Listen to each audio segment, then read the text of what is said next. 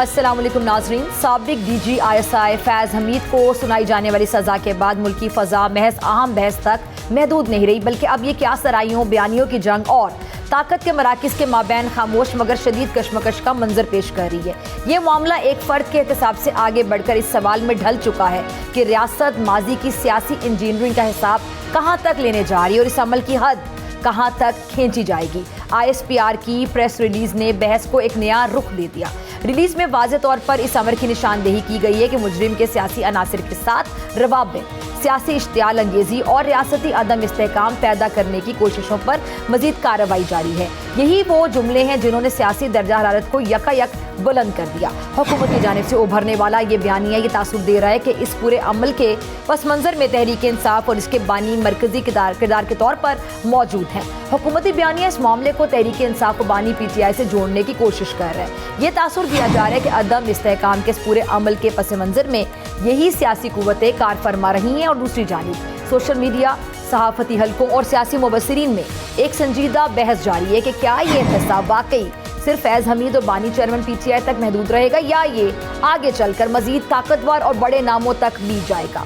इसी तनाजुर में साबिक आर्मी चीफ कमर जावेद बाजवा के खिलाफ मुमकिन कानूनी कार्रवाई की अफवाहें भी बहुत ज़्यादा जोर पकड़ गई थी, लेकिन सीनियर सहाफ़ी अंसार अब्बासी साहब ने एक खबर ये दी है कि जी ये जो क्या सराइयाँ हैं इनको यकसर मुस्तरद कर दिया है और उनके मुताबिक ना तो जनरल बाजवा के खिलाफ किसी किस्म की तहकीकात हो रही हैं और ना ही कोई कार्रवाई ज़ेरे गौर है।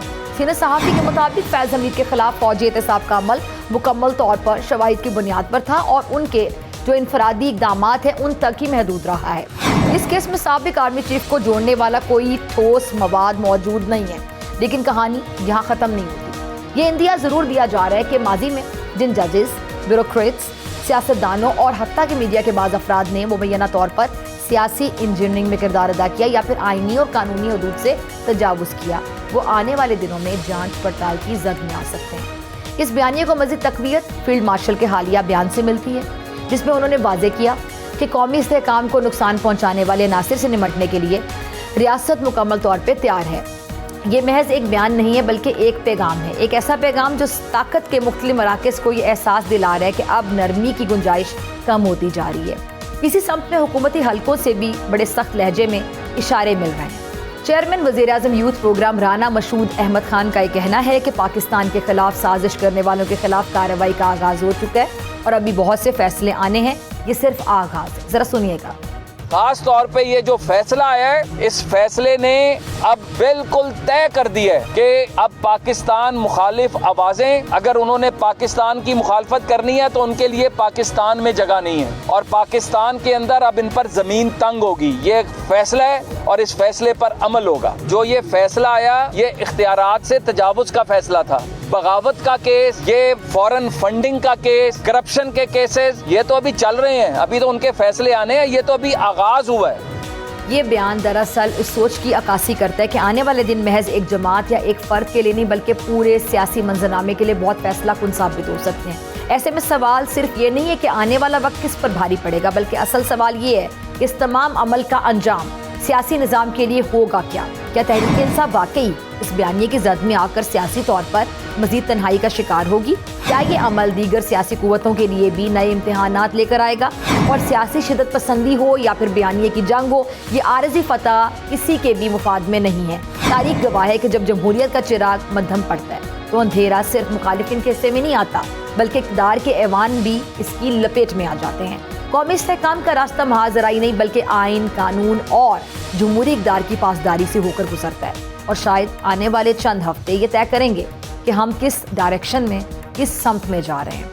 ब्रेक के बाद मेरे साथ मेहमान मौजूद होंगे। सीनियर तज्ज़ियाकार PJ मीर साहब मुझे ज्वाइन करेंगे और प्रोग्राम में साथ देंगे सीनियर तज्ज़ियाकार माजिद निज़ामी साहब और अब्दुल्ला हमीद गुल साहब, सरबराह तहरीक जवानाने पाकिस्तान। तमाम से मुलाकात होगी ब्रेक के बाद। वेलकम बैक नाजरीन, तमाम मेहमानों ने ज्वाइन कर लिया। अब्दुल्ला हमीद गुल साहब कुछ देर के बाद ज्वाइन करेंगे। PJ मीर साहब, मैं आपसे ज़रा शुरू करना चाहूँगी। फैज़ हमीद की सज़ा के बाद जो पाकिस्तानी सियासत है उस पर बहुत से सवालात उठ रहे हैं कि जो पस पर्दा किरदार थे, पस पर्दा, क्या अब हम उससे आज़ाद होकर आगे बढ़ने जा रहे हैं, एक नया आगाज़ होने जा रहा है। और दूसरी बात है कि जो फैज़ हमीद की गिरफ्तारी थी, फिर सज़ा, तो बहुत से लोग एक्सपेक्ट कर रहे थे कि शायद सज़ा नहीं होगी, लेकिन अब एक ट्रेंड सेट कर दिया गया, क्योंकि DG ISI मेरे ख्याल से तारीख के पहले DG ISI हैं कि जिनको सज़ा सुनाई गई बाकायदा 14 साल कैद बामुशक्कत। मुल्क के अंदर एक ट्रेडिशन है कि जो भी नीचे जिसको रगड़ा जाता है ना, हम उसको खूब रौनते रहते हैं। देखें, आर्मी ने जो अपना एक डिसीजन लिया है, आप उसको रिस्पेक्ट करें। और ये जो ग्लोटिंग हम कर रहे हैं बाहर इन द सिविलियन सेक्टर्स कि हाँ ये हो गया वो हो गया, अब तो मैं तो समझता हूँ कि सियासतदानों को भी इस तरह अकाउंटेबिलिटी होनी चाहिए। अगर फौज कर सकती है तो सियासतदान भी उसी आप कह लो कि डायस्पोरा में आते हैं। बट हैविंग सेड सो, मैं ये ज़रूर कहूँगा, देखो एक फॉर्मर लेफ्टिनेंट जनरल, जो भी आर्मी ने डिसाइड किया फील्ड कोर्ट मार्शल, उसकी आगे अपील होगी नहीं होती है, ये आपको वक्त बताएगा। वो एक बड़ी सेंसिटिव पोजीशन पे थे as chief of this ISI and he is privy to a lot of information. लेकिन अभी कई चीज़ें वो नहीं निकलेंगी क्योंकि under the official secrets act इसमें काफ़ी रिस्ट्रिक्शंस होती हैं, रिस्ट्रेंट्स होती हैं। और ये बात जिस तरह लोग समझते हैं कि ये ब्लैक एंड वाइट, उस तरह नहीं है। एक दूसरी चीज़ ये है कि आज मुझे बड़ा सख्त अफसोस होता है कि हम जब देखते हैं कि अगर एक किसी ने अपने आप पे अकाउंटेबिलिटी की है और हम जो ग्लोटिंग शुरू कर देते हैं और इस तरह बैठते हैं कि पता नहीं ये शेर इन सारों ने जनरल को ट्राई किया है, मैं समझता हूँ ये मोस्ट अनरीजनेबल चीज़ है। जो हो गया, let the army handle its own cases, let the army do whatever it wants to do। लेकिन ये जो बाहर के जो होते हैं ना, ये political commentators, I don't think कि you know they're even qualified to speak about it। इनको पता है कुछ नहीं, लगे हुए हाँ जी ये हो गया सर, और भाई जो हो गया वो हो गया, रहने दो ना। आप लोगों को जब को पकड़ते हैं उस वक्त आप शोर करते हो, उस वक्त तो कोई नहीं, हाँ जी हमारे पास तो वो जुल्म हो गया है, ये हो गया, गलत केस हो गया, ये हो गया, फलाना हो गया, इस तरह की बातें आपको नज़र आती हैं। सो मैं समझता हूँ कि एक बड़ा एक क्वाइट कॉल रखें आप अपने आप, जो कानून कर रहा है, फौजी कानून कर रहा है, उसको करने दें, उसको चलने दें, आप अपने दायरे के अंदर काम करें। और ये ऐसी इंटरफेरेंस की ज़रूरत नहीं और ललकारने की और वो धमकियाँ देने की कि आगे भी ये होगा वो होगा ना, जो होना है वो होगा। लेकिन हम जो ग्लोट करते हैं ना, ये मुझे बड़ा बुरा लगता है, बहुत बुरा लगता है। ठीक है। और पर्टिकुलरली कोई भी हो, वो हमारे एक जनरल रहे हैं, ठीक है, गलतियां हुई हैं, गलतियां सबसे होती हैं, लेकिन ये नहीं कि आप उस चीज़ के ऊपर ऐसा अपना रिएक्शन दें कि you come to a point of no return. I don't think that is the right way about it. ठीक है जी, ठीक है। माजिद निज़ामी साहब, आप कैसे देख रहे हैं इस सज़ा को, और इसके बाद जो मुहरकात होंगे या जिस जमसंत में, जिस डायरेक्शन में अब जाएंगे हम, आपको क्या लगता है कि क्या एक ट्रेंड सेट होगा? और इसके साथ साथ जो सियासी इंजीनियरिंग के हवाले से, पॉलिटिकल इंजीनियरिंग के हवाले से सवालात उठाए जाते रहे माजी में, क्या अब उन सवालात का जवाब बहुत से लोगों को मिल जाएगा? जी बहुत शुक्रिया। मेरी राय में जिस तरह से जनरल फैज़ हमीद का फौजी एहतसाब हुआ है, वो इसलिए खुशाइंद है कि उसमें दो चीजों को डिस्कस किया गया। एक तो यह है कि मिस यूज ऑफ अथॉरिटी और सियासी सरगर्मियों में मुलविस होना। तो ये एक लिहाज से एक अच्छी पेशरफ्त इसलिए है कि जमहूरी कुव्वतों को मजीद काम करने का मौका भी मिलेगा। और उसकी वजह यह है कि इसकी एक प्रेसिडेंट सेट हो गया, एक रवायत बन गई है कि जिसका आगे चलकर पाकिस्तान को, पाकिस्तान के एहतसाबी निज़ाम को, पाकिस्तान की जमहूरी रवायात को फायदा होगा। अब इससे आगे बढ़कर इसके ऊपर हुकूमत की जानिब से या मुस्लिम लीग नून की जानिब से जिस तरह से खुशी मनाई जा रही है, या तहरीक इंसाफ की जानिब से जिस तरह से उनको डिसओन किया जा रहा है, मेरा ख्याल है दोनों चीजें दुरुस्त नहीं है। उसकी वजह यह है कि हुकूमत अपने बयानात से नहीं, अपने अमल से चीजों को अगर करे तो वो ज्यादा बेहतर होता है। जिस तरह हम कहते हैं कि जज जो है उसके कलम को, उसके फैसले को बताना चाहिए, उसके रिमार्क्स जो हैं वो मैटर नहीं करते। इसी तरह हुकूमत के वुज़रा की जानिब से जो बयानबाजी है वो मेरा ख्याल है नामुनासिब इसलिए है कि यही तमाम वुज़रा जब वो तमाम अफसरान ताकत में थे तो उनसे राब्ते में थे, उनसे रियायतें लिया करते थे, उनसे माफी तलाफी की बात करते थे। और अब चूंकि वो एक कंफर्टेबल पोजीशन में हैं तो उन्होंने अपना मामला बदल लिया। इसी तरह तहरीक इंसाफ का इशू ये है कि वो चूंकि इस वक्त खुद मुश्किल में है और आने वाले दिनों में ये इस्टेब्लिश किया जा सकता है कि जनरल फैज हमीद के वाया इमरान खान पर मुश्किलात में इजाफा हो सकता है। तो इसलिए उन्होंने भी एक बैगेज समझते हुए इस सारे मामले को एक इंटरनल इशू करार देके उससे जान छुड़ाने की कोशिश की है। तो मुझे लगता है कि आने वाले दिनों में बिल्कुल इसका इम्पैक्ट होगा पाकिस्तान की पॉलिटिक्स के ऊपर, क्योंकि महज इसको हम एक फौजी एहतसाब का केस इसलिए नहीं कह सकते क्योंकि इसके साथ जुड़ी हुई बहुत सी चीजें हैं जो आने वाले दिनों में पाकिस्तान के जो लैंडस्केप है उस पर बिल्कुल इम्पैक्ट करेगी। ठीक है जी। अच्छा पीजे मीर साहब, जैसा कि अभी फरमा रहे थे माजिद निज़ामी साहब के आने वाले दिनों में और भी बहुत सी चीज़ें जुड़ी हुई जो कि अब सामने आ सकती हैं, क्योंकि इस डिसीजन के बहुत से इफेक्ट्स भी होंगे, जारी बातें होंगे, क्योंकि छोटी बात नहीं है। ये जो जजेस हैं, कुछ माजी में जजेस, ब्यूरोक्रेट्स, इवन सियासतदान जो कि पॉलिटिकल इंजीनियरिंग में शामिल रहे, सुनने में आ रहा है कि उनके गिर्द भी घेरा तंग होने जा रहा है। देखिए, गहरा तंग होने की बात नहीं है। ये जितने भी हैं, मुझे पता, I am privy to a lot of them, कि ये जब मुसीबत में या किसी को गिराने की कोशिश करते हैं, ये फौज के पास ही जाते हैं, गेट नंबर 4 के पास खड़े हो जाते हैं। हाँ जी, इसको निकालें, हम आपके साथ हैं, ये वो हैं। आज एक रिवर्सल है, ठीक है, एक प्रेसिडेंस आया है, अच्छी बात है। क्या will this B a permanent thing? क्या ये परमानेंट चीज़ होगी? हो सकती है इन अ कंट्री लाइक पाकिस्तान। ये तो आपको वक्त बताएगा। This is a developing story. ये आपको वक्त बताएगा कि who rules and who can rule and who can not rule. ये आपको टाइम बताएगा। लेकिन बात ये है कि अगर हमने बाय द बुक जाना है तो फिर बुक आपके सामने आ गई है। लेकिन ये जो बुक आई है, तो फिर ये बुक जब खुलेगी तो इसके बहुत चैप्टर्स हैं कि जिसके अंदर मैं समझता हूँ कि काफ़ी इम्प्लीकेशंस भी होंगी, कॉम्प्लिकेशंस भी होंगी, और एक ऐसी सिचुएशन होगी जो कि मैं समझता हूँ कि which can become quite sensitive. So again let's wait and see कि क्या होता है। अच्छा, आपकी बात से एक सवाल मेरे ज़हन में आया, पीजे साहब, I am really sorry to interrupt you. आपकी बात से मेरे ज़हन में एक सवाल आया कि जैसे आपने कहा चैप्टर है, क्या ये चैप्टर फिलहाल पीटीआई तक ही महदूद नजर आ रहा है आपको? देखें, ये चैप्टर सब ने इस्तेमाल किया है, छोड़ दें। आज आप पीटीआई लगे हुए हैं, ये सब ने इस्तेमाल किए हुए हैं। कईयों ने कन्फ्रंटेशन एक पॉलिसी इख्तियार कर ली थी, कईयों ने कहा ईंट से ईंट बजा देंगे, ये कर देंगे, वो कर देंगे। छोड़ें, ये सब ने किया हुआ है। लेकिन वो हमारे सीज़न चलते हैं ना फिजा, हमारा सीज़न नवाज शरीफ का चला, हमारा सीज़न बेनज़ीर का चला, आज इमरान का सीज़न चल रहा है, कल किसी और का सीज़न चलेगा। हमने तो सीज़न चलाए हुए। सिकंदर मिर्ज़ा से शुरू कर लो आप, आपके तो सीजन ही चलते रहे। तो ये जो सीजन्स हैं, ये या तो हम परमानेंटली इनको बंद कर दें या बाय द बुक चलें। अब ये बाय द बुक चलना अच्छी बात है, by not, but at the end of the day यही मेरा क्वेश्चन होगा, क्या will it be a permanent thing? आप बात करिए, मैं नहीं बात कर रहा हूँ, मैं तो आवाम की अक्कासी कर रहा हूँ।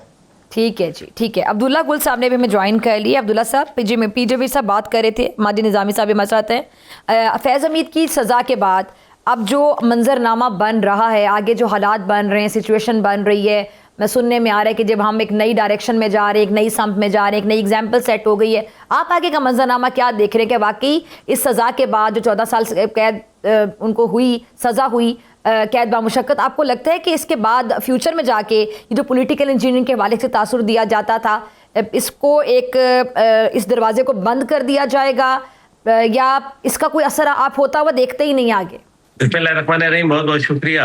देखिए, जहाँ तक ताल्लुक है पॉलिटिकल इंजीनियरिंग बंद हो जाएगी या नहीं होगी, फैज़ हमीद साहब का मामला जो था वो ये था कि वो उस जो गिवन पैरामीटर्स थे उनसे वो तजावज़ कर गए थे, उनसे वो आगे चले गए और बगैर अपने चीफ एग्जीक्यूटिव को, अपने जो सुपीरियर्स थे उनको कॉन्फिडेंस में लिए वो अपना किरदार अदा कर रहे थे।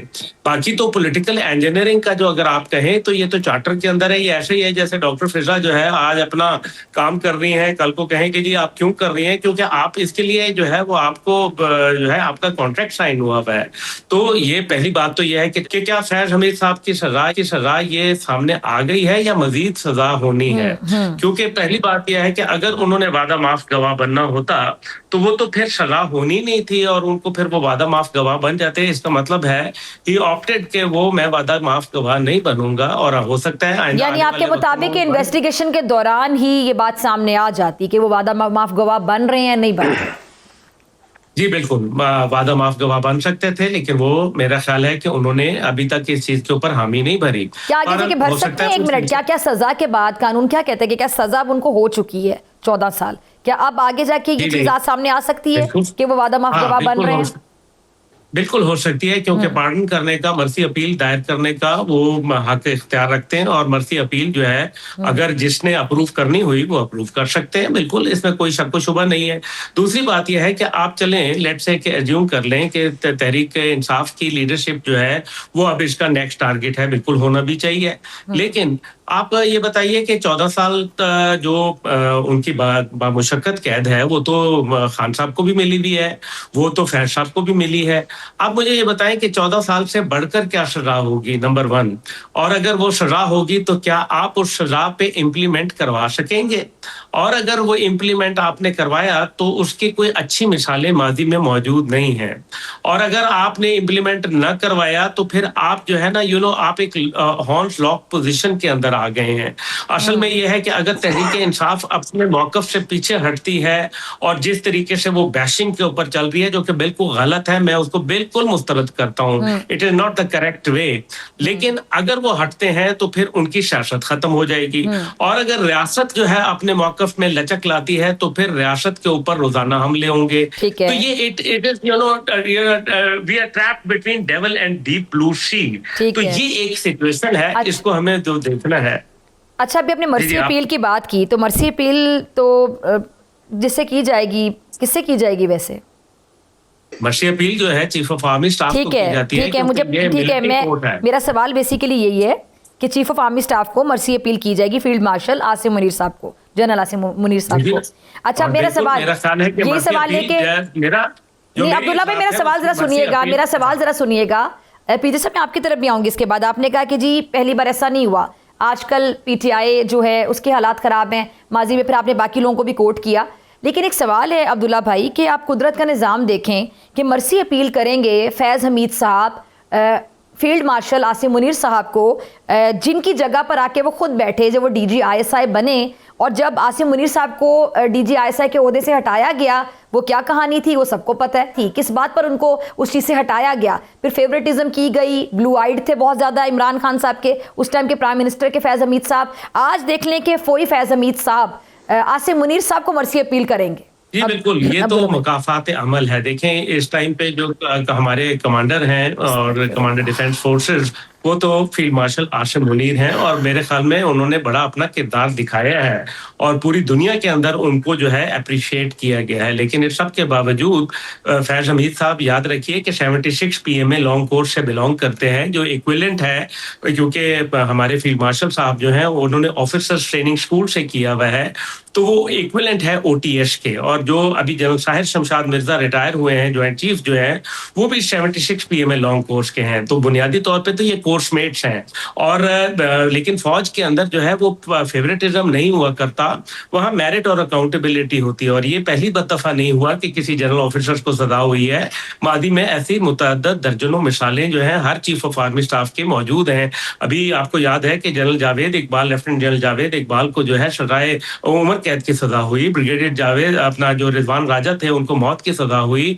माजी के अंदर रहील शरीफ साहब के दौर में 6 जनरल ऑफिसर्स को सजा हुई। इसी तरीके से कियानी साहब और बाजवा साहब के दौर में मुख्तलिफ सजाएं हुई। और फिर खुद फील्ड मार्शल साहब ने 9 मई के बाद जो है 1 लेफ्टिनेंट जनरल, 3 मेजर जनरल और 7 जो ब्रिगेडियर ऑफिसर्स थे, उन समेत 17 अफसरों को जो है उनको सजा दी थी। तो ये सजा का कॉन्सेप्ट में जो है वो पर्सनल नहीं होता, लेकिन कॉन्डक्ट के ऊपर डिपेंड करता है मर्सी अपील में क्या कहते हैं। और मेरी इतला ये है कि फैज हमीद साहब की फैमिली जो है वो, और फैज साहब खुद जो है वो मर्सी अपील जरूर दाखिल करेंगे ये। लेकिन अभी आपको अगर आखिरी पैरा आप पढ़ें तो उसके अंदर ये ऑनगोइंग प्रोसेस है, तहकीकात का अमल जारी है, और इसका दायरा कार कहाँ कहाँ पहुंचेगा। लेकिन जो पीजे साहब से आपने बात की वो बड़ी अच्छी बात थी, और वो ये है कि क्या ये सिर्फ तहरीके इंसाफ तक फोकस रहेगा? मेरा नहीं ख्याल कि ये तहरीके इंसाफ तक फोकस रहेगा। अच्छा। मेरा ख्याल है कि बहुत सारे लोग हैं जो इसके अंदर शामिल होंगे। माजी के अंदर डॉन लीक भी थी, माजी के अंदर मेमो गेट स्कैंडल भी था, ईंट से ईंट भी बजाई गई थी, और फिर जनरल बाजवा को चार्जशीट भी किया गया था। सिटिंग डीजी आईएसआई के खिलाफ फैसलाबाद में नारे भी लगवाए गए थे। ये सारी चीजें जो है ना, ये इंस्टीट्यूशनल मेमोरी बड़ी स्ट्रांग हुआ करती है। इंस्टीट्यूशनल मेमोरी के अंदर कभी वीकनेस नहीं आती। याद रखें, ये कलेक्टिव डिसीजंस होते हैं, इसलिए देखा जाएगा अभी आइंदा आने वाले वक्तों में क्या होगा। लेकिन याद रखें कि ये जो दरमियान में हमने एक मामला देखा, खास तौर पे जो नोटिफिकेशन का था, वो कोई ज्यादा अच्छा जो है उसका तासुर नहीं गया। और अगर अच्छा तासुर नहीं गया तो मतलब इतराए वो आदमी अच्छा है जो उसके अपने काम बहुत अच्छे हो, उसके बहुत मतलब उन्होंने बहुत बेहतरीन उनकी गवर्नेंस मॉडल हो। और ठीक अगर है। कमजोरी के ऊपर चल रहे हो तो फिर उनकी जो है, जिसको कहते हैं ना झूठ की टांगे नहीं हुआ करती, ठीक है तो फिर जी। झूठ के पैर जो है वो नीचे से चलें। निकाल दिए जाए। चलें जी, ठीक है। नहीं, मुझे ब्रेक का कहा जा रहा है, ऐसा मौजूद है, आपसे मुलाकात होगी ब्रेक के बाद। वेलकम बैक नाज़रीन, तमाम मेहमान मेरे साथ मौजूद हैं। एक बार से फिर से बहुत शुक्रिया आप सबका ज्वाइन करने के लिए। पीजे मीर साहब, मैं आपकी तरफ आना चाह रही थी, मुझे ब्रेक पे जाना पड़ा। अच्छा, एक सवाल ये भी उठाया जा रहा है कि क्या ये जब फैज़ हमीद साहब बतौर DGISI काम कर रहे थे, और उसके बाद फिर 9 मई के हवाले से भी जो 9 मई में वाक़यात हुए, बड़े वो अनफॉर्चुनेट थे, जिस तरह फ़ौजी तनसीबात पे हमला किया गया और शोहदा की जो लवाहिकीन है, किस तरह उनकी दिलअज़ारी की गई। आपने बहुत से फिर लोगों के बयानात भी देखे होंगे, पूरी कौम बड़ी इस बात पे अफसुर्दा रही। उसके बाद 9 मई के जो किरदार हैं, उसके तौर पे भी फैज़ हमीद साहब का नाम सामने आता है, बल्कि वज़ीर दिफा ख्वाजा आसिफ साहब की स्टेटमेंट्स भी आपने सुनी होगी इस हवाले से। तो क्या ये हम एज्यूम कर सकते हैं कि फैज़ हमीद साहब अकेले ये सब कुछ कर रहे थे, किसी किस्म की कोई डिक्टेशन को नहीं दे रहा था, कोई इंस्ट्रक्शन नहीं ले रहे थे? जब वो DGISI थे भी, तो एक सवाल जहन में आता है कि DGISI इतना सब कुछ अकेले कैसे कर सकता है, क्योंकि एक सिस्टम होता है और आर्मी का सिस्टम तो बड़ा एक मेरे ख्याल से ऑर्गेनाइज सिस्टम होता है। तो DGISI के ऊपर एक आर्मी चीफ भी होते हैं, तो उस टाइम के आर्मी चीफ क्या बिल्कुल बेखबर थे जब सब कुछ हो रहा था? कई चीज़ें मैं नहीं बात कर सकता, लेकिन मैं आपको एक चीज़ बताऊं कि सर, ये सवाल तो ऐसा है कि मेरे ख्याल से हर कोई उठा रहा होगा, विद इन आर्मी भी और उस बाहर भी। मैं आपको बताऊं कि एक फौजी जो है ना, वो कभी भी अपने इंस्टीट्यूशन पे हमला करने का कोई ऑर्डर नहीं देगा। याद रखना ये, फौज के अंदर अपनी एक कमराडरी होती है, अपनी एक रिस्पेक्ट है और अपनी एक इंटेग्रिटी है। और अब यहाँ बैठ के भी सिविलियन क्वार्टर से आ रहा है ना जी कि फैज़ हमीद ने ये कहा कि हाँ जी हमला कर दो, ये कर दो, 9 में कर दो। I don't believe it, I do not believe it at all. ये जिसने किया है, ये तो अब आप प्रॉपर इन्वेस्टिगेशन कराएंगे तो आपको पता चलेगा, लेकिन मैं कभी भी एक फौजी से एक्सपेक्ट नहीं करूंगा। हाँ, कई होते हैं, एक दो ऐसे होते हैं। वज़ीर दिफा डिफेंस मिनिस्टर ये ख्वाजा आसिफ साहब का बयान ऑन रिकॉर्ड है कि 9 मई की जो पूरी प्लानिंग थी उसमें फैज़ हमीद साहब पूरे शामिल थे, आगे पीछे आए के लोग थे। देखें, डिफेंस मिनिस्टर साहब की आपने पार्लियामेंट में स्टेटमेंट सुन ली है? चले फिर अगला सवाल, अगला सवाल फिर ये कि फिर भी वो वज़ीर दिफा है, अब फिर भी वज़ीर दिफा है वो। ये पॉलिटिकल गवर्नमेंट और पॉलिटिकल जो आपके जो वज़ीर आज़म है, ये तो उनकी चॉइस है ना, ये तो उनकी चॉइस है। देखिए ना, बात ये है, मैं आपको बताता हूँ, जब नवाज शरीफ वापस शहबाज जब इधर वापस आए हैं लाहौर में, तो उनको रिसीव कौन करने आया है? उनका एक ओपोनेंट मोइन अफजल एयरपोर्ट के ऊपर था, वहाँ उसको लेने आया। वो कहते हैं ना, आग तो आपने लगानी है ना, वो कहते हैं वूंड ऑन वूंड। फिर से मेरा सवाल फिर वही है कि फैज़ हमीद साहब अगर अपनी कुर्सी का नाजायज़ फ़ायदा उठा रहे थे या जो कुछ भी कर रहे थे, जिस बुनियाद पर उनको सज़ा हुई है, क्या वो अकेले कर रहे थे? उनके नीचे कोई नहीं था या उनसे ऊपर कोई नहीं था जो उनको इंस्ट्रक्शंस दे रहा होगा? ये सवाल है सिंपल सा। देखें, मैं किसी का नाम नहीं लूँगा, लेकिन जो ISI चीफ होता है वो बहुत पावरफुल पोजीशन पे होता है, वो सबसे पावरफुल पोजीशन पे होता है, उसको चेक कोई नहीं करता। ये बहुत एक सेंसिटिव पोजीशन है, पावरफुल पोजीशन है, और उनके अपने इनिशिएटिव्स होते हैं जिस पे वो काम करते हैं। और याद रखना कि अभी अब्दुल्ला ने बड़ी अच्छी बात की है, इनका एक डोमेन जो है, जो है, फिर उसके अंदर इन्होंने ऐसे डिसीजंस लेने होते हैं कि जो कि ऑन हाइंडसाइट आप कहेंगे नहीं जी ठीक था, नहीं जी गलत था। ये आप बिल्कुल इस पर डिबेट कर सकते हैं, लेकिन द क्वेश्चन हियर अराइजेस कि जब आपने इतनी पावर एक इंस्टीट्यूशन को दी हुई है, तो या तो आप उसको शिक को कॉन्स्टिट्यूशनली हटा दें और उसको कहें कि हाँ भाई you are Inter Services Intelligence, तो वो तो अलग बात बन जाती है ना। तो लेकिन जब ये भुट्टो साहब ने उसको एक एंगल दे दिया है, तो फिर तो उसके पास पावर्स हैं, उसके पास इनिशिएटिव भी है। फौज के अंदर इनिशिएटिव होता है, ड्राइव होती है, बैठ के फौजी नहीं बैठा रहता वहाँ, वो ड्राइव से आगे चलता है वो। सो बेसिकली ये एक बड़ा एक टेक्निकल पॉइंट है जिसको मैं समझता हूँ या तो आप इसको रेक्टिफाई करें या आप इसको रिव्यू करें, but you have to do something. अच्छा जी, अब्दुल्ला भाई मैं आपकी तरफ आऊँगी, लेकिन पहले ज़रा मैं माजिद निज़ामी साहब का इस पे पॉइंट ऑफ व्यू ले लूँ। माजिद साहब, मेरा भी आपसे भी ये सवाल है कि क्या ये सब कुछ फैज़ हमीद साहब अकेले कर रहे थे? जैसे कि पीजे मीर साहब ने कहा कि DGISI एक ऐसी पोजीशन होती है, एक ऐसी पोस्ट होती है कि जहाँ पे बैठ के आप ये बड़ी कुछ भी कर सकते हैं। लेकिन फिर एक सवाल ज़हन में आता है कि आप अकेले सब कुछ कैसे कर सकते हैं? मतलब किसी को जवाब देनी होते हैं, जब आप कुछ कर रहे होते हैं तो आप किसी के साथ भी राब्ते में नहीं होते हैं, कोई चेक एंड बैलेंस नहीं होता उस टाइम पे? जी, ये बड़ा एक इम्पोर्टेंट क्वेश्चन है और मैंने इस पे बहुत से साबिक आला फौजी अफसरान से रहनुमाई लेने की कोशिश की। तो कुछ इस तरह से उनका मौकफ था कि जब इस लेवल की पोजीशन के ऊपर जी जी कोई शख्स काम कर रहा हो तो उसके साथ डे टू डे उसको टीच नहीं किया जाता, पहली बात। ठीक है। दूसरी बात यह है कि उसमें मामला ये होता है कि अगर उसको जो भी रिक्वायर्ड टास्क दिए गए हैं और वो उनके हवाले से एक अच्छी परफॉर्मेंस दे रहा है तो उसके बाकी जो 2 4 5 काम होते हैं उनसे सरफे नजर किया जाता है, क्योंकि ठीक है। उससे जो चीज रिक्वायर्ड होती है, जो रिजल्ट्स उससे चाहिए, मतलूब होते हैं, वो उन्हें मिल रहे होते हैं। और इसीलिए जनरल फैज हमीद के केस में हमने ये देखा है कि जो इदारा जाती फैसले थे ठीक। उनके ऊपर बात नहीं हुई। ये कहा गया है कि ये सारे उनके इंडिविजुअल कंडक्ट थे, इनफरादी इकदामात थे। टॉप सिटी का मामला है या बाकी जो मामलात हैं रिटायरमेंट के बाद की सरगर्मियां, तो वो जो एक इदारा जाती फैसलों का मामला है वो बिल्कुल अलग है, क्योंकि पूरा इदारा, एक पूरी टीम इस चीज पे काम कर रही होती है और जो उनको एक टाइमलाइन दी गई होती है अपने बॉसेस की जानिब से, अगर वो उसको एग्जीक्यूट कर रहे हैं तो फिर उनकी जो बाकी मामलात हैं वो उस तरह से कोई ज्यादा अलार्मिंग नहीं समझे जाते, क्योंकि इस लेवल के एक बहुत बड़े शख्स को, जिसके पास इतनी ताकत है, इतनी अथॉरिटी है, बेपनाह वसाइल हैं, तो वहां पर ये एक्सपेक्ट नहीं किया जाता कि उनको आप डे टू डे ट्यूशन देंगे या उनसे पूछेंगे, उनसे बाज़पुर्स होगी कि आज क्या किया, कल क्या किया। तो ऐसा नहीं होता। उनको एक एज ए होल एक बड़ा टारगेट दिया जाता है, कुछ अहदाफ दिए जाते हैं जिनको उन्होंने करके तो अपने बॉस को बताना होता है। तो ये इसमें एक थोड़ा सा ये टेक्निकल फर्क है।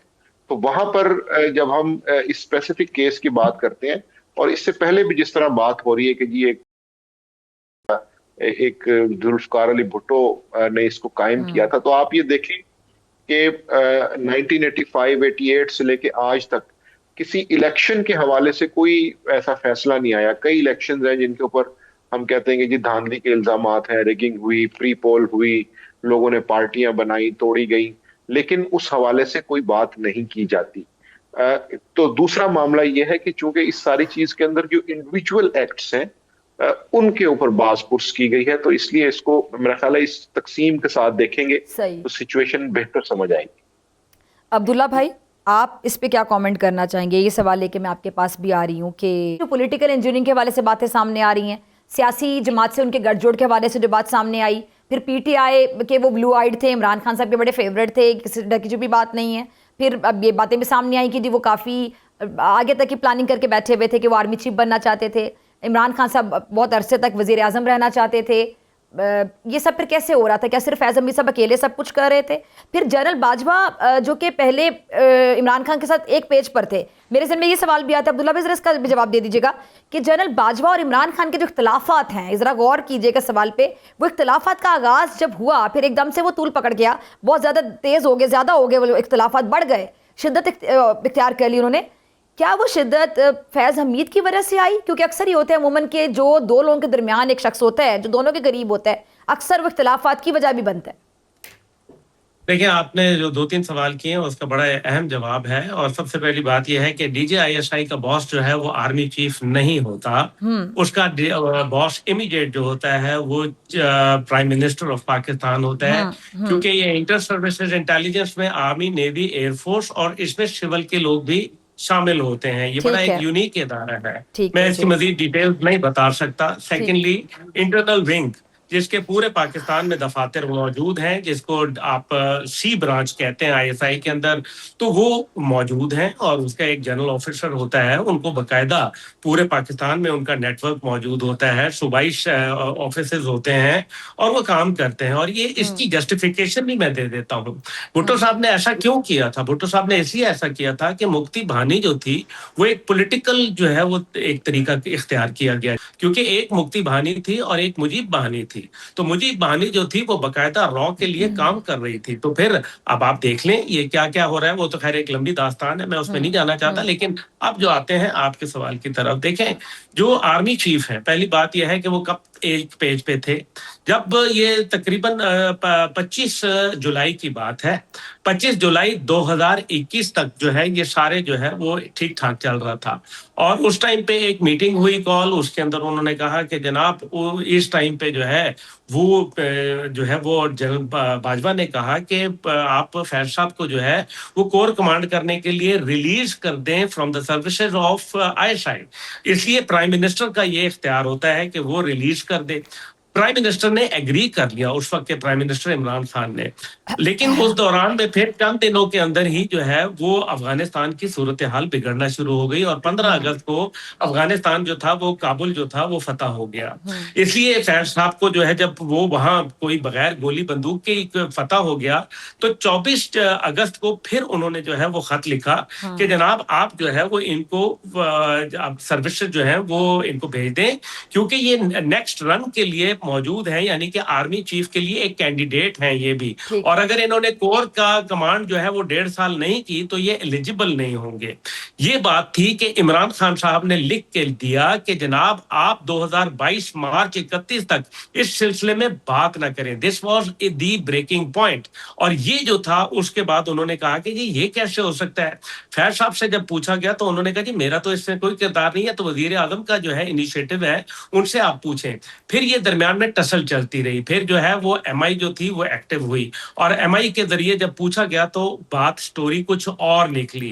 नतीजा ये हुआ कि 6 अक्टूबर 2021 को जो है वो पोस्ट कर दिया गया नया डीजीआईएसआई जनरल नदीम अंजुम को कोर कमांडर कॉन्फ्रेंस में और ऐलान हो गया। उस टाइम पे इमरान खान साहब जो थे वो बिल्कुल जो है सुशदर रह गए, उनको इल्म नहीं था क्योंकि ये ऐलान हो चुका था और उन्होंने 11 कोर को जो है वो वहां उनकी जिम्मेदारियां सौंपी। उससे पहले जनरल बाजवा ने उनके लिए 10 कोर रावलपिंडी रखी थी, जहां बाद में जनरल साहिर शमशाद को लाया गया। ये है वो स्टोरी, इसकी बहरहाल बहुत डिटेल है, मैं वो उसमें नहीं जाना चाहता। नतीजा ये हुआ कि 20 नवंबर 2021 तक ये टसल चलती रही और उसके बाद जो है वो आईएसआई ने जो है वो रजामंद कर लिया उस वक्त के लोगों को कि जनाब हम न्यूट्रल रहेंगे। इसलिए वो न्यूट्रल का मकसद ये था कि हम हुकूमत को सपोर्ट करेंगे लेकिन पॉलिटिकल पार्टी को सपोर्ट नहीं करेंगे। उसकी सबसे बड़ी मिसाल यह है कि बिलावल भुट्टो ने जो है जब 2022 को एक बयान दिया 9 मार्च को, जिसके अंदर उन्होंने कहा कि ये जो इंटरनेशनल कॉन्फ्रेंस हो रही है, आपको पता है ओआईसी का वज़राए खारजा का हंगामी इजलास था, उसके ऊपर उन्होंने कहा कि जी ये इजलास हम नहीं होने देंगे। 2 घंटे के बाद बिलावल को अपना वापस बयान लेना पड़ गया था क्योंकि हुकूमत को सपोर्ट किया गया था लेकिन पॉलिटिकल पार्टी को सपोर्ट नहीं किया था, जिसकी बुनियाद के ऊपर कभी चौधरी शुजात के पास भागे, कभी जो है वो 90 भागे, कभी जो है उस वक्त के वजीर आजम किसी और के पास भागे। लेकिन लोगों ने रोटी रोटी खुआई लेकिन काम नहीं किया क्योंकि ऑलरेडी जो है वो चीजें जो है वो मेरे ख्याल में there was a daylight in between और वो मामला खत्म हो चुका था और फिर जो कुछ हुआ वो तारीख का हिस्सा है। ठीक है जी, चलें जी पीजे साहब, मैं आपकी तरफ आती हूँ कि सवाल मैं आप तीनों की तरफ लेकर आऊँगी कि अभी जब हाल ही में डीजीआईएसपीआर ने एक प्रेस कॉन्फ्रेंस की जिसमें फ़ौज ने बड़ा खुलकर पीटीआई को जवाब दिया कि क्या कुछ हो रहा है सोशल मीडिया पर, फिर जिस तरह इंडियन चैनल्स को इंटरव्यूज़ दिए गए और जिस किस्म की बातें की जा रही हैं इस पार्टी की जानिब से। पीजे साहब, डीजीआईएसपीआर ने बड़ा खुलकर एक लफ्ज़ का इस्तेमाल किया, नार्सिसिस्ट, जहनी मरीज़, क्योंकि उस प्रेस कॉन्फ्रेंस में तमाम सहाफ़ी मौजूद थे, मैं भी वहाँ पे मौजूद थी और सवाल भी उठाया गया कि ये जी जो बात की जा रही है, माजी में भी कुछ लोगों के बारे में अगर कोई बात की जाती रही तो उन्होंने कहा कि हमने खुलकर बात की, इससे ज़्यादा खुलकर कभी पहले बात नहीं की गई। तो जहनी मरीज़, नार्सिसिस्ट या फिर नेशनल सिक्योरिटी थ्रेट किसी को कह दिया जाए तो फिर आगे डील कैसे किया जाएगा इमरान खान साहब के साथ? क्योंकि अगर कोई आपके लिए नेशनल सिक्योरिटी थ्रेट बन जाए, नार्सिसिस्ट बन जाए, जहनी मरीज तक आपको वो समझ आए, तो फिर आगे क्या देख रहे हैं आप इमरान खान साहब का मुस्तकबिल? देखिए, इसको मैं कहता हूँ फिगर ऑफ स्पीच। ये फिगर ऑफ स्पीच क्योंकि ऐसे अल्फाज हमने नवाज शरीफ के लिए भी सुने, बेनज़ीर के लिए भी सुने, सिक्योरिटी थ्रेट, गदार, डेंजर, ये वो फलाना, ये सब ये फिगर ऑफ स्पीच है। फौज इस वक्त मेरी नज़र के अंदर एक ऐसे एक पॉइंट पे है।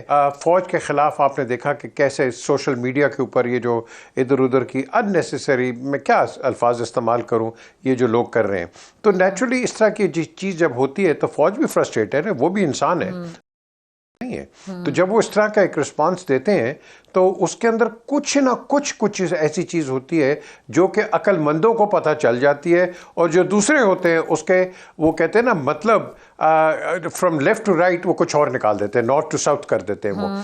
तो ये मैं समझता हूँ कि ये जो बात हुई है, ये एक मैसेज है आपके जो दुश्मनान हैं पाकिस्तान के, आपके जो सोशल मीडिया के अंदर जो लोग बैठे हैं जो कि आर्मी बैशिंग कर रहे हैं इन पर्टिकुलर, ये उनके लिए है। और ऑब्वियसली वो समझते हैं कि भाई इनको इंस्टिगेट क्यों कर रहा है। मैं तो पहले भी कहता हूँ भाई, अगर तो इसने इमरान खान ने खुद किया है ना, क्योंकि इस वक्त हम बात कर रहे हैं हेरसे की, तो अगर इसने खुद किया है, आई वॉन्ट दैट प्रूफ, और फिर इमरान को बंद करके ना इसकी चाबी आप समुद्र में फेंक दो।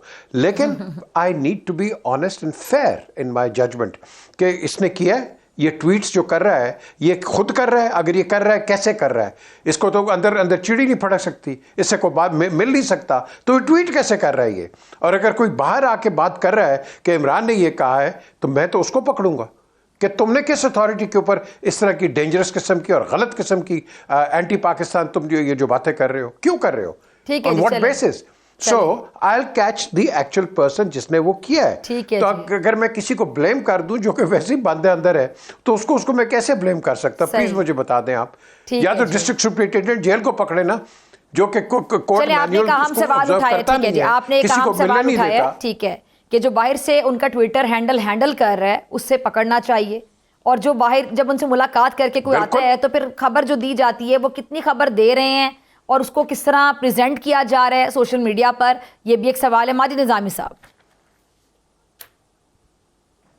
जी बिल्कुल, इस मामले के अंदर मेरा ख्याल है कि 2-3 चीजों को जहन में रखना जरूरी है। पहली बात तो ये है कि इस हवाले से इमरान खान की बहनों ने जो कहा कि उन्होंने बहुत सी सख्त बातें की और हमने उसको डाइल्यूट करके तो फिर नशर किया जी। तो मेरा ख्याल है कि DGISPR की प्रेस कॉन्फ्रेंस के बाद जिस तरह तहरीक इंसाफ ने एक मुतदिल रवैया अपनाया, जिसमें बैरिस्टर गौहर, सलमान अकम राजा ने चीजों को बेहतर करने की कोशिश की और एक कदम पीछे हटे, अगर यही स्ट्रेटेजी इमरान खान के बयानात से मुतल्लिक पहले अपना ली जाती तो इतना नुकसान ना होता कि जिसके अंदर इमरान खान और ने इस तरह की जो बातें की हैं उनसे बचा जा सकता था। ठीक है। पेशावर जलसे में बिल्कुल कुछ ऐसी बातें हुई जो थोड़ी सी जारहाना थी, लेकिन अमूमी तौर पर पेशावर की प्रेस कॉन्फ्रेंस में और बैरिस्टर गौहर की जो बातचीत थी उसमें उन्होंने चीजों को बेहतर करने की कोशिश की। तो आगे क्या बेहतरी आपको नजर आ रही है? क्योंकि अब तो वो जहनी मरीज भी हैं, नार्सिसिस्ट भी हैं, और ये चीज समझ आ रही है रियासत को कि वो एक नेशनल सिक्योरिटी थ्रेट बन चुके हैं बाकायदा। तो अब आपको आगे क्या मुस्तकबिल नजर आ रहा है बानी चेयरमैन PTI का? जी मेरा ख्याल है इन सारी चीजों को अगर नाकाबिले तरदीद अदालती सबूतों की शक्ल में पेश किया जाएगा और अदालत से इनके हवाले से कोई फैसले होंगे तो वो ज्यादा मोतबर होंगे। 9 मई के हवाले से हम देख रहे हैं कि गुज़िश्ता 2 साल से तो फिर एक और सवाल है ना कि अदालतों पे तो PTI को एतबार ही नहीं है, बल्कि सिर्फ PTI वाली बात क्या, वो बीजे मीर साहब जो बात कर रहे हैं शुरू से कि जब जिसकी भी हुकूमत होती है दूसरा वाला जो होता है ऑपोजिशन वाला वो नहीं एतबार कर रहा होता। अफसोस के साथ मैं कहूँगी, बल्कि अब तो अदालतों की बात हम कर रहे हैं। अब तो ये जो अभी 26वीं तरमीम 27वीं तरमीम उसके बाद जो मामला हैं आपके सामने हैं, ऑपोजिशन तो ना जजेस पे यकीन करती है, ना ये अदालतों पे यकीन करती है, ना उनके डिसीजंस पे यकीन करती है। जी बिल्कुल, लेकिन इसमें कहीं ना कहीं कोई स्टैंडर्ड तो सेट किया जाएगा। जब रियासत को चलाना होता है तो उसके इदारों से आपको शिकायत भी होती है, लेकिन एक मैकेनिज्म को, एक प्रोसीजर को फॉलो करना होता है। अगर उसको फॉलो नहीं करेंगे, महज बयानबाजी के ऊपर फरीकैन बात करेंगे तो शायद मसला हल नहीं। ठीक है जी, लास्ट 30 सेकंड पीजे साहब आपका लास्ट कमेंट। मैं यही कहूँगा जी कि अगर हमने ये जो इस वक्त जो ये हेडलॉक है, डेडलॉक नहीं है, इस हेडलॉक को अनलॉक कर दें और आप एक दूसरे के साथ बैठ के बात कर लें, because that is the only way out. वरना ये ऑन गोइंग डिबेट है और इसका नुकसान किसी पॉलिटिकल पार्टी को नहीं हो रहा, इसका नुकसान पाकिस्तान को हो रहा है। तो we got to start thinking seriously about ठीक है पाकिस्तान। जी, तमाम मेहमानों का बहुत सी के साथ मुझे दीजिए इजाज़त। आपसे मुलाकात होगी इंशाल्लाह अगले प्रोग्राम में, सेम टाइम सेम चैनल। अगर ज़िंदगी ने वफा की, दुआओं में याद रखिएगा, अपने प्यारों का बहुत ख्याल रखिएगा। अल्लाह के बाद।